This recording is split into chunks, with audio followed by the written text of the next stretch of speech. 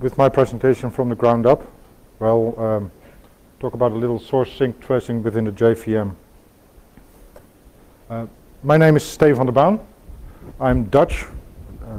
I live in the UK at the moment, as I work with 7safe and, according to my wife, also for OWASP. The project that I'm going to talk about started about a year and a half ago at AppSecUSA in Hamburg, where I was talking with these two guys, Jim Manico and Dennis Cruz, about source sync tracing, and that the string class actually is too permissive within Java. I think also John Wielander posted that in his blog then, that for example with the all HTTP requests, we know what is our allowed values, we know what type of lengths in there, and still we use the strings to communicate with it. And we should find a way to, or add a way to control that. Maybe take the string as a class and give it the so-called evil bit if information comes into that which you do not trust. Well, after talking with these two guys, they told me, well, if you feel that passionate about it, prove that you can do it. And fortunately, I managed to do that in this time immediate. So that's why I'm now here talking about that little project.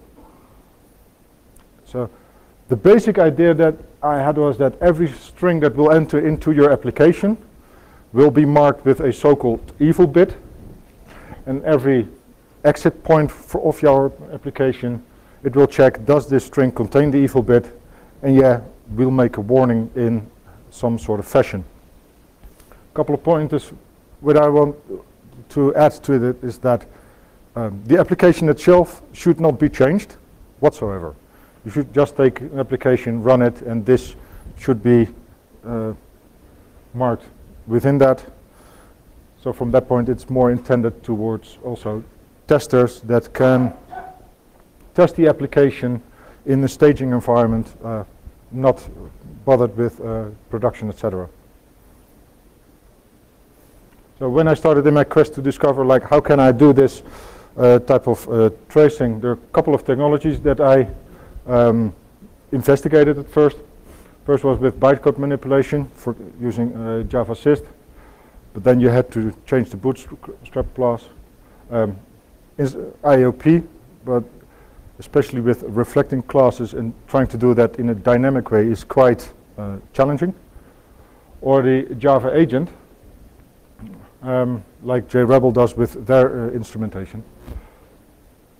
Or last was a combination of the two, having some bytecode to manipulate it using Java agent.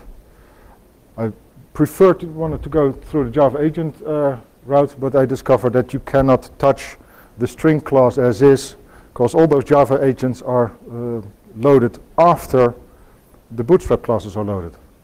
And since I'm liking to keep it simple, I only just then went for that one route that was left, that is the full bytecode manipulation, and do it like that.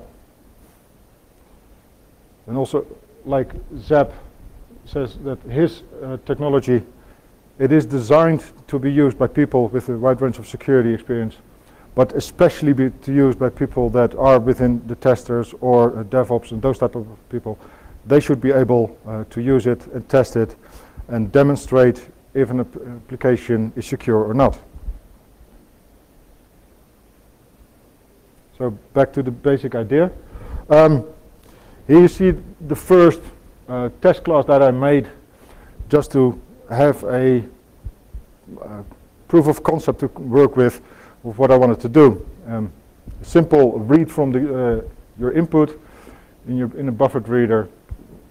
You put in a name like, what is your name? You read the line, and then the simple hello, that's your name. In the first black, when you see that, when you do it, I type in my name, Steven, hello to you. With the second one, I add a lot of backspaces into it. And this also again shows the permissiveness of the string. It will just accept all those backspaces as a valid character. So when you output it again, it will override what was prepended before it. So you see also already on this type of level you can hack the output what is shown. So like I said, my intention was then to use it underneath your application to have there the definition of what is an evil string and make that parsable throughout the application. So when it really enters your application at the other side, you can have various checks and gates to see does this evil string leave your application. I have to warn you, after this I will show a lot of snippets of code of everything that I've done. So that's the premise of how I will show you. So first is the tainting of the code itself. What is the basic where you start to work with? So the first a couple of basic classes that you have to manipulate.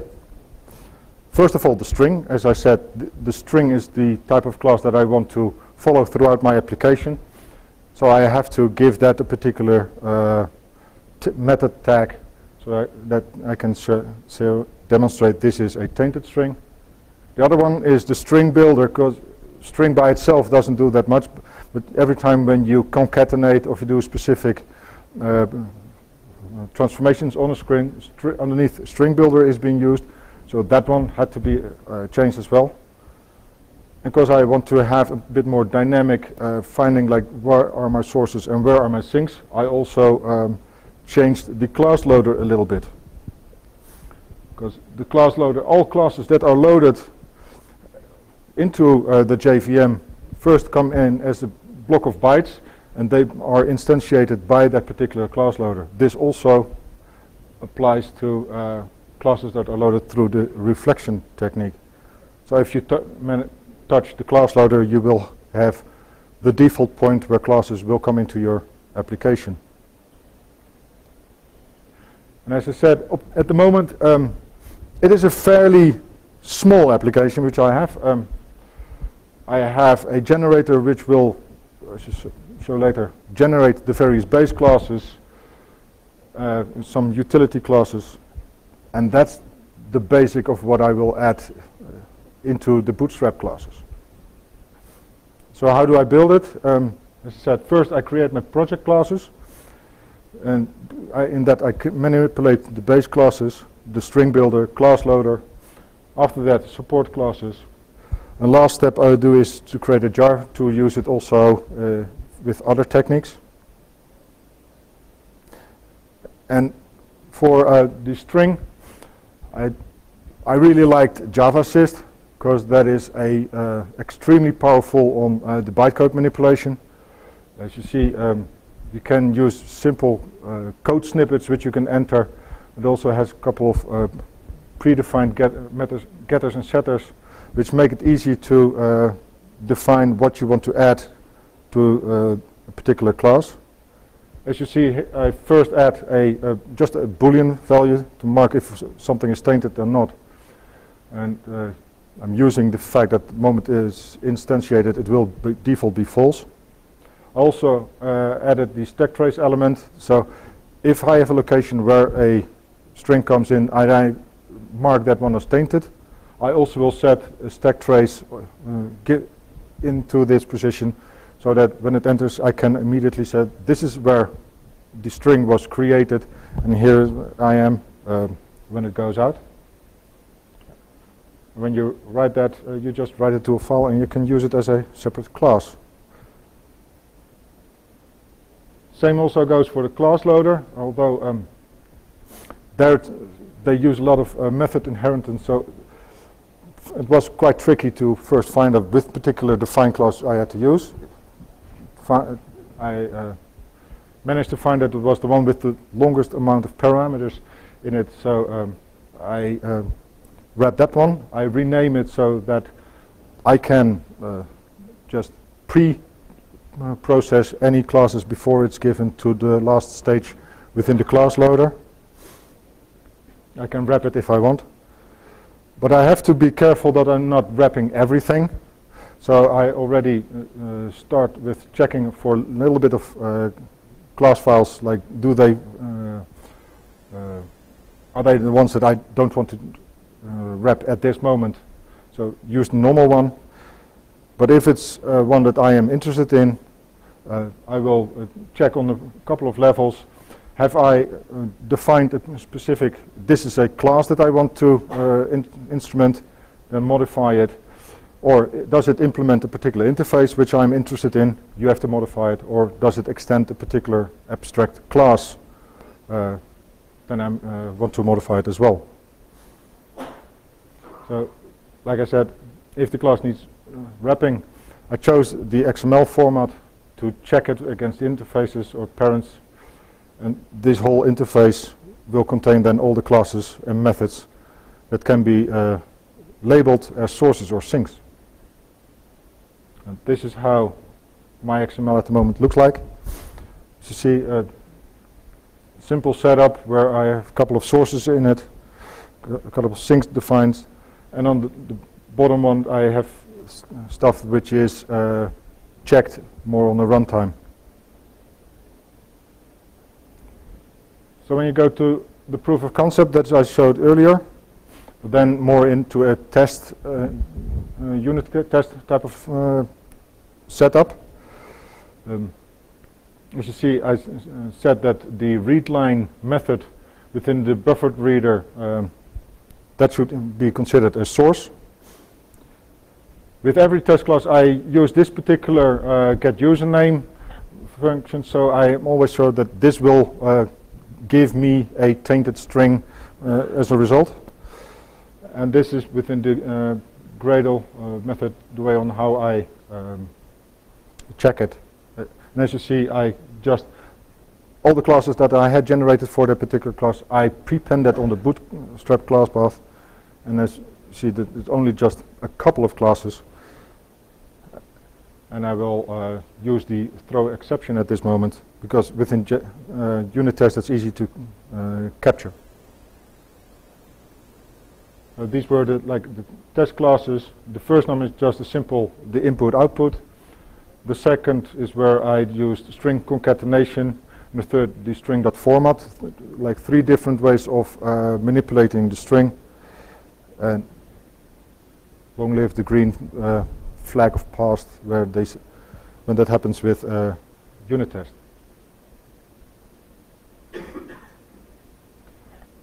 Same goes for if you want to do SQL. SQL, the statements are like interfaces, the sinks. So the execute or the execute query which accept a string, they will be marked as a sink. As you see in the test class, I again set it up everything.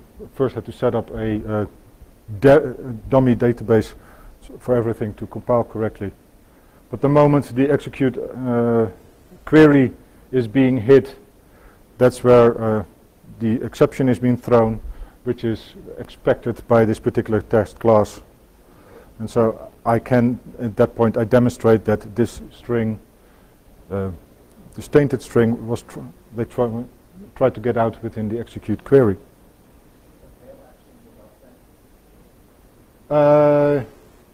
Yeah, the fail actually should be up, but it's my way of writing first nicely closing or everything, and then yeah, you shouldn't reach this particular point. So that's why it's there. Like in case that goes wrong, I want to make sure that everything is closed correctly. J2EE. Yeah. Fortunate within the whole J2EE, that particular stack is like a subset above your above the bootstrap classes, but still below your web application. So that means that the J2EE environment really is, as they are dependent on the bootstrap classes, you can instrument them as well. Unfortunately, at this moment, I cannot do it for JSPs. I'm using the internal test runner from Jetty, And every time I get a particular error, it just says exception without any method at all. So it will be a nice challenge to discover that one. But the code that is generated by it, if I make that into a servlet, it will pass and still tell me that the whole request output is perceived as sync. So it's technically possible. This is just a little hurdle that I found on my way and still have to fix. The only difference with the J2EE type of testing is that you can't use the expect exception, because the moment you have an exception, the whole servlet, the container, will stop running, and it will not then reach particular other points. So I just say, like, do not throw this particular exception, but log it in the outside.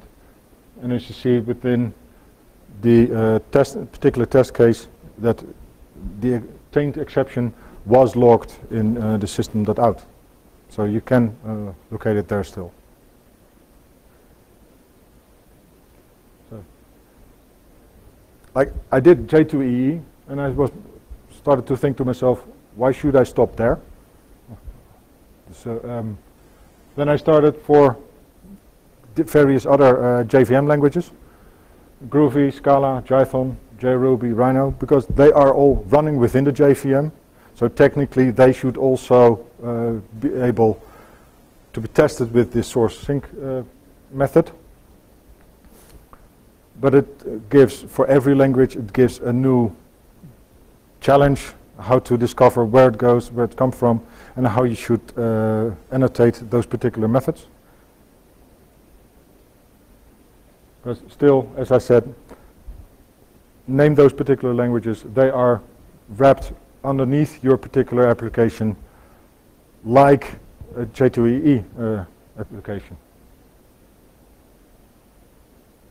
So if you then take a Groovy, quite a favorable language. The top is the Groovy, the proof of concept, which I had, which just reads the contents of a particular file and then does a print line of that file. Like I said, it's extremely basic, but it does prove the point. Can you identify the sources and identify the sinks? I first thought it was with the default Groovy message, like the get text, as that is a valid method within the Java IO file. Although when I started to decompile it and use JD GUI, I discovered they use the cast to string type of method. So the moment I started to use the short type handling from an object to cast to string, that as a if I identify that as a source, then everything again goes correctly.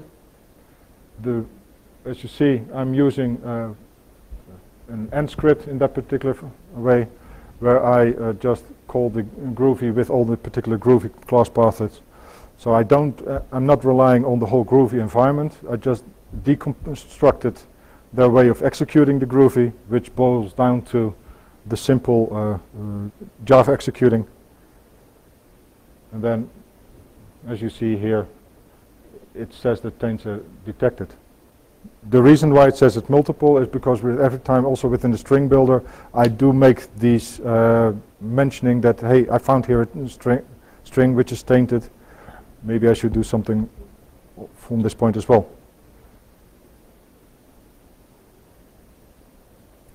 Scala, another interesting language, as it has a completely different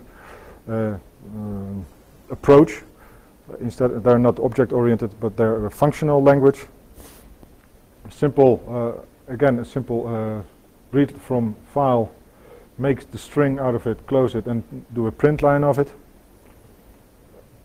Again, fortunately for me, the source was easily defined as the Scala io.source class, and in that the make string thing.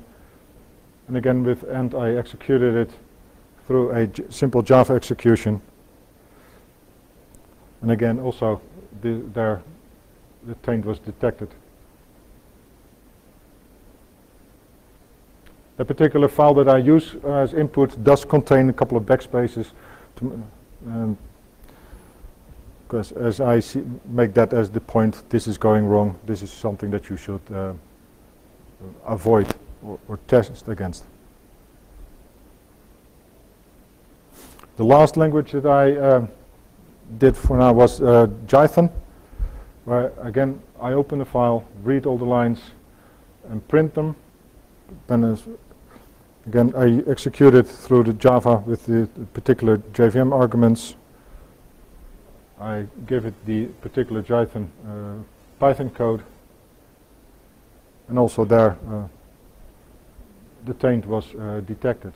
So as you see, all those various JVM languages, because they are running on top of all the bootstrap classes of Java, can also be traced in this particular way.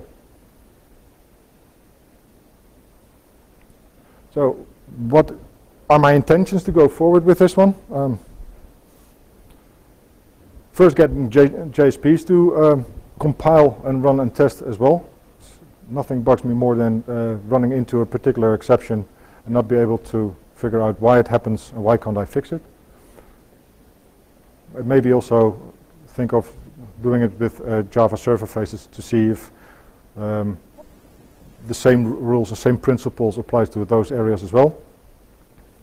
JRuby, my next target to include in the whole JVM, although I assume that that will work out. The next thing is what I want to do is start to more optimize that the outputs that will be given will be more valuable. At the moment I either give you the full stack traces, but I wanted to give it a bit more substance, that really you can see this was the stack trace where it started.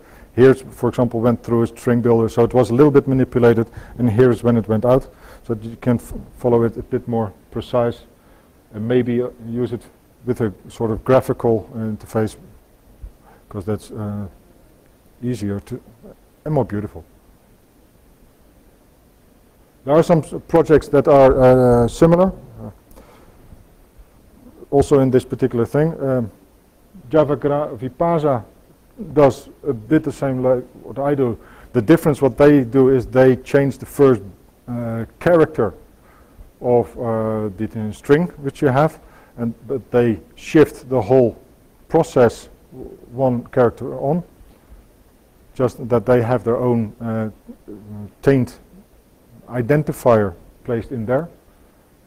The GSR 308 also tries to help you in this, but they are more on the coding level. They're not on already available applications, so I see it a bit as it's a nice feature on to help identify where are potential problems with source and sinks, but this is only for future applications that will come, not for applications that are currently running in your environment. Core as well, and also the contrast that Jeff Williams, which was before me doing his presentation, they also do the same job. They chose the Java agent route. So those are there questions around this project?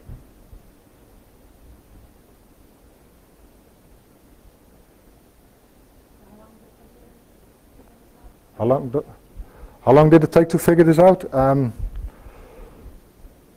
not doing it full time because my job and my wife also want to have some spare time. But I think last year I was working on it.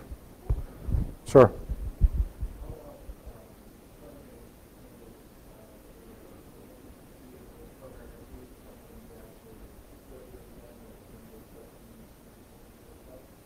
Yeah, I did think about it, like to have an additional check, like okay, here is it cleansed. The only point is I can't make the distinct identification, is it cleansed correctly and appropriately for the particular sink. They can make their own, they can use, for example, ASAPI, where you know this is type of cleansing for these type of outputs. But staying within ASAPI, you have like HTML encoding, JSON encoding, and it only writes to a particular output. You can't see from where it writes, in which is it be written in a HTML attribute or an HTML tag. I can't make that distinction. So I am thinking of making it a tag like, yeah, they're doing something with it, but you still have to check, is it the correct sanitation on it? Sorry if I missed it because I was on another listening, but will you do an OWASP project with it? Yeah, I will turn it into an OWASP project. And put the link somewhere, or is it made, or it's not made yet? at the moment it's on GitHub, but I am planning within the next month to make it an official OWASP project and announce it like that. No problem. Other questions? No question? Thank you for your attention.